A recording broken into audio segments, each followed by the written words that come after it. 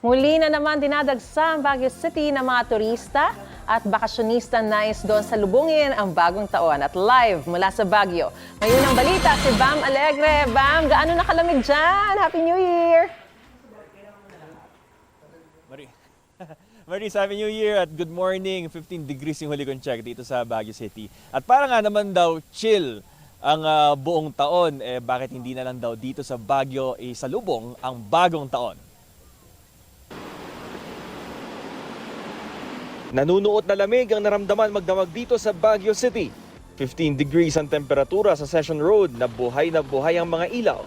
Kaya kahit madilim pa, naglakad-lakad na ang turistang si Joe Amodia. Na-meet naman yung expectation, so na-enjoy naman namin yung cold weather.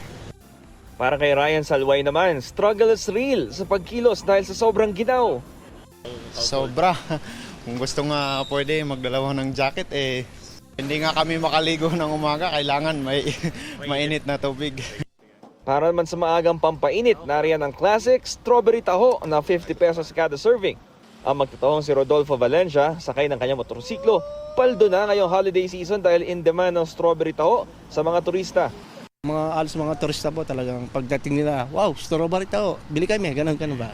Excited po sila. Abiso ng Baguio Tourism Office sa kanilang social media page na asahan ang mataas na volume ng mga turista ngayong New Year holiday.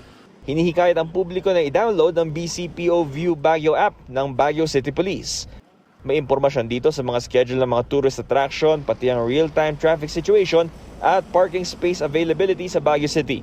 Bukas din 24 oras ang Burnham Park. Sa katunayan, sila Kimberly Gutierrez kakarating lang ng Baguio alas 4 ng umaga. Nagbisikleta agad sa Burnham Park habang hindi pa marami ang mga tao. Actually, first time ko talaga. Talaga pa siya agad? Yes po, oo. Siyempre kailangan sulitin. Habang wala pa masyado tao? Kasi mamaya crowded na dito eh.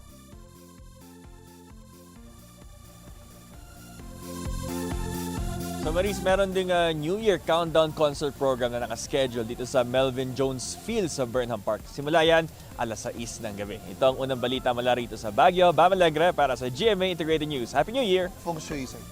Igan, mauna ka sa mga balita, mag-subscribe na sa GMA Integrated News sa YouTube para sa iba't ibang ulat sa ating bansa.